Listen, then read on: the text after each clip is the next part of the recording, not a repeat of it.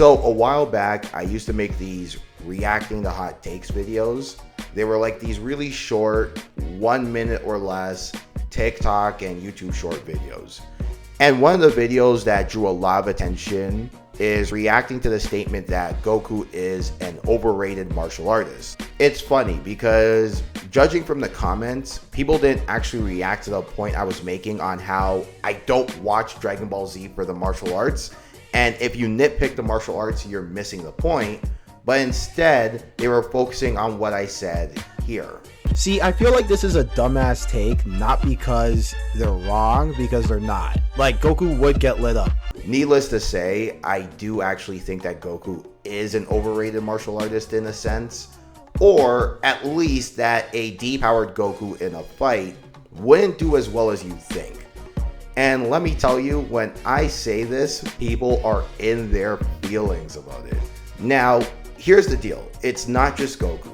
Luffy, Naruto, Deku, Natsu, Saitama, maybe Yuji Itadori, emphasis on maybe though, and so many more shonen characters would not be good fighters if they were depowered, even, and I do mean even, if they were to be the peak physical athletes, like top 1% in the world. I love these characters, and I'm not even saying that they wouldn't win a fight against your average Joe, but in comparison to other martial artists, they would not stack up as high as most people seem to think. So what I'm going to do is break down why I think this is the case, and why I think in the grand scheme of things, this conversation actually doesn't matter.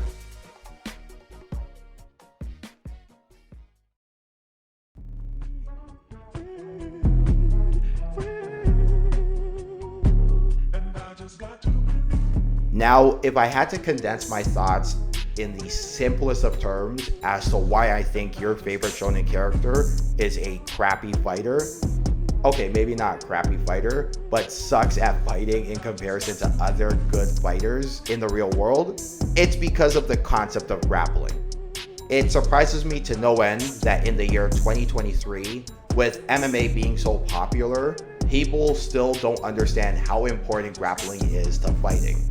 Now, I think most people understand grappling in the context of Brazilian Jiu-Jitsu, wrestling, judo, sambo, or whatever grappling martial art, but I don't think people understand how important grappling can be to any type of combat sport.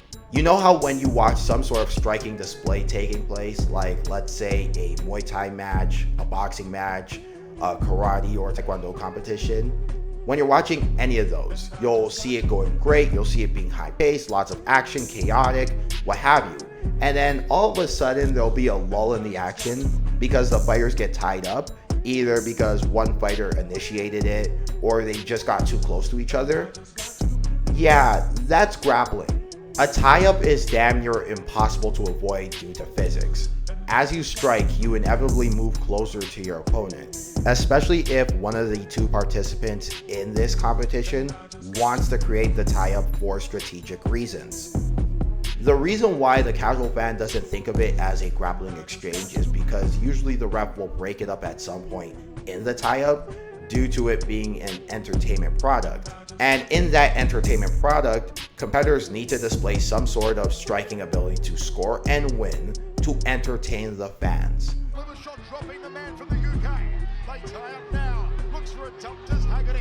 Can't defend it. Throws the knee to the waist of Rudjak. And referee Delapsus breaks it. What a start though from... But let's say this tie-up was taken to its logical conclusion with no refs or fans, it being just a street fight. Do you think both parties will just voluntarily let go of each other? Of course not, fam.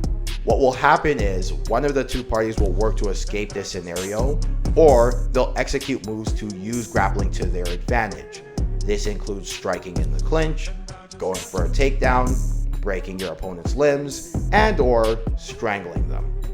And that's not even to mention things like types of clinches, wall grappling versus open space grappling and the differences in that, the nuances of open guard versus closed guard, leg entanglements, positional advantage like side control, kezakatami, mount, back attacks, and my personal favorite, neon belly. But then we're getting super in the weeds, and yeah, This is an anime channel. The point is, you need to display some sort of proficiency at grappling or dealing with grappling to be effective at fighting, period. I don't care who you are. If you want to be another capable, well-rounded martial artist in a fight, you need to know how to grapple. If for anything else, to at least avoid a grappling exchange. Actually, a good example of this is Francis Ngannou. For those who don't know, Francis Ngannou is such an inspirational story. Go look him up. There's actually a really great channel called Mixed Mollywoppery that did a video on him. And I think that's probably the gold standard for a video on his story. And I can't really get into every single little bit and detail of his story, but the Coles Notes version of it is that he was a refugee who crossed the Sahara Desert, and he went from being homeless to becoming the UFC heavyweight champion and a multi-millionaire. This man is the type of man that when you hear the phrase, all men were born equal, you look at him and you think you're being lied to. He is top of the line athlete, natural genetics, and when he got into the UFC, he was knocking everybody out stiff. There's this highlight of him facing a former kickboxing champion in Alistair Overeem and just putting his lights out. But the problem with Francis Ngannou, at least in his earlier career, is that in relation to his competition, his grappling knowledge wasn't really that sound. So when he ran into the UFC heavyweight champion at the time, Stipe Miocic, the first time, Stipe Miocic was able to utilize his grappling and his wit to a win. Why? Because, well, Stipe Miocic is a former NCAA Division I wrestler, which is arguably the toughest wrestling circuit you can do. So Francis Ngannou got embarrassed. But you know what he did? He worked on his grappling and proceeded to beat Stipe Miocic in their second contest by knockout. And you're probably wondering, wait a second, that doesn't mean he uses grappling. Oh, no. But he did. He used his grappling to avoid grappling exchanges with Stipe Miocic to then knock him out. And you know what's funny? When Francis Ngannou had to defend his title against Ciryl Gane and was getting outstruck, you know what he did to pull out a narrow decision win? He started initiating grappling exchanges. Even the best MMA fighters in the world, top-of-line athletes like Francis Ngannou and Ciryl Gane, can be taken advantage of if they aren't taking their grappling seriously or are just not good enough in that department. Even MMA fighters that people deem as striking specialists have to take grappling seriously or have to at least learn it to avoid it. For example, Israel Adesanya, who disappointed the hell out of me against Sean Strickland, can't lie. Still love you, Izzy, but come on, dog. Is a Brazilian Jiu-Jitsu purple belt and is coached by Andre Galvao, a former ADCC world champion, and Craig Jones, one of the best no-gi grapplers of our generation. Anderson Silva is a third-degree Brazilian Jiu-Jitsu black belt, and Justin Gaethje is a former NCAA Division I All-American wrestler. Hell, even Terrence Crawford and Amanda Serrano, the boxers, have grappling experience, which helps them take advantage of boxing tie-ups better than the average boxer. Now, what does that long-winded explanation have to do with your favorite shonen character being a bad fighter? Well, because it's almost impossible to see a shonen character display some sort of semblance of competent grappling knowledge. I think the reason why people were so enthralled with the Eren versus Annie and even the Eren versus Reiner fights in Attack on Titan is that in those fights, there was some aspects of MMA in it, which included judo and Brazilian Jiu-Jitsu. Honestly, it's so rare to see grappling used in shonen fights, even in its limited use. So it was kind of fun to see it used at even a competent level in AOT.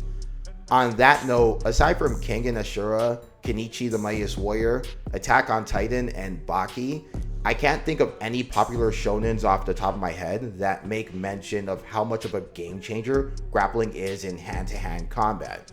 And calling Kengan Ashura popular is a stretch, but hey, it's on Netflix, so sure, it counts.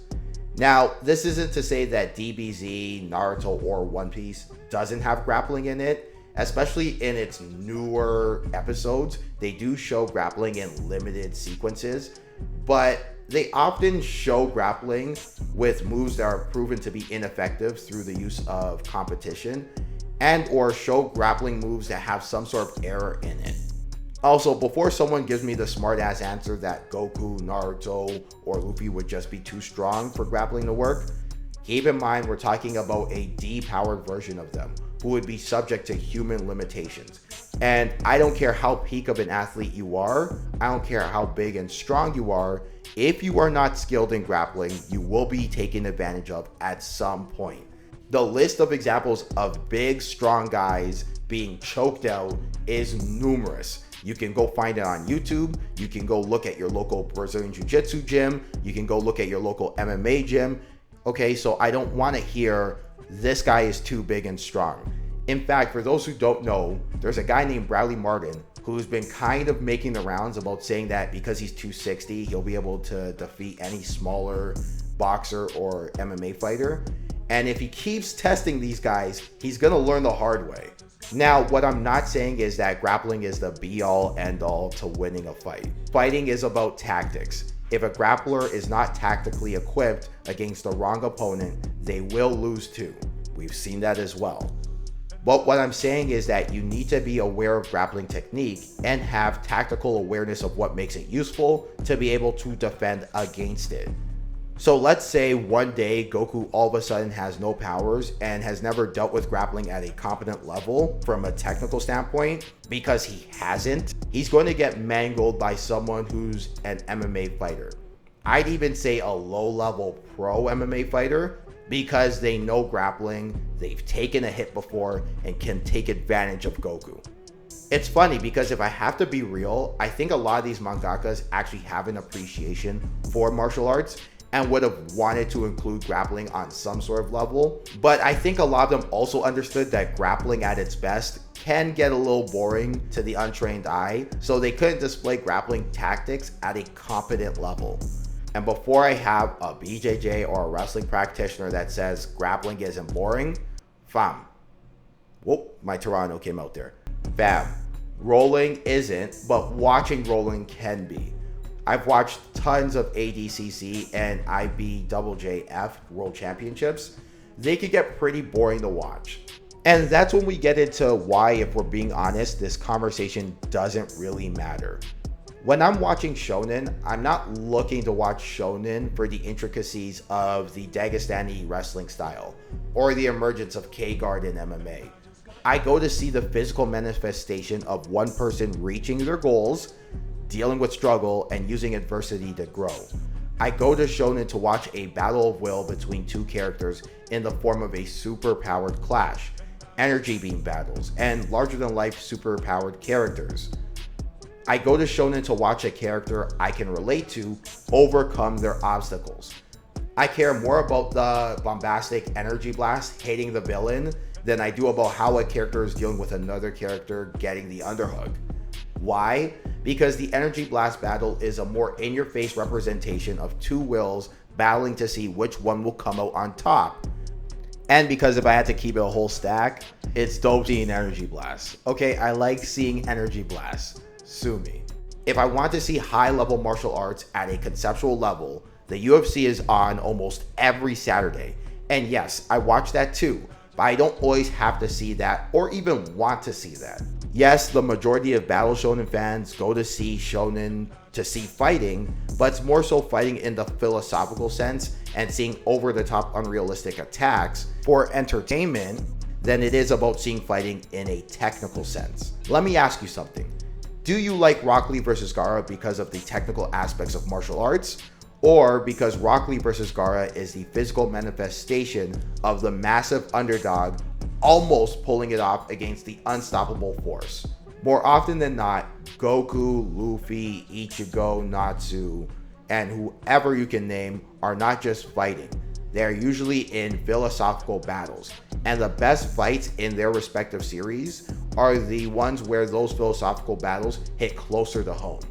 It's funny because in a way, that does make these shonen characters great martial artists, because one of the aspects of martial arts is not quitting to reach your goals, which they never do. All these characters got heart. They tough, resilient, and they persevere. In my opinion, that's more than good enough for me. So who cares if your favorite shonen character can't grapple or they're not great martial artists because of it? They're still a great fighter, just not in the way you think. Hey everyone, thanks for watching to the end of the video, and sorry for the corny ass ending, but we're here now. If you're watching till the end and you liked it, please like and subscribe. Also, comment on your thoughts below on what video you would like to see next. I'm extremely open to suggestions, as some fans on the channel know and have done. So just letting you know, your voice will be heard. Alright everyone, have a great day or night or whenever you're watching this, and stay safe.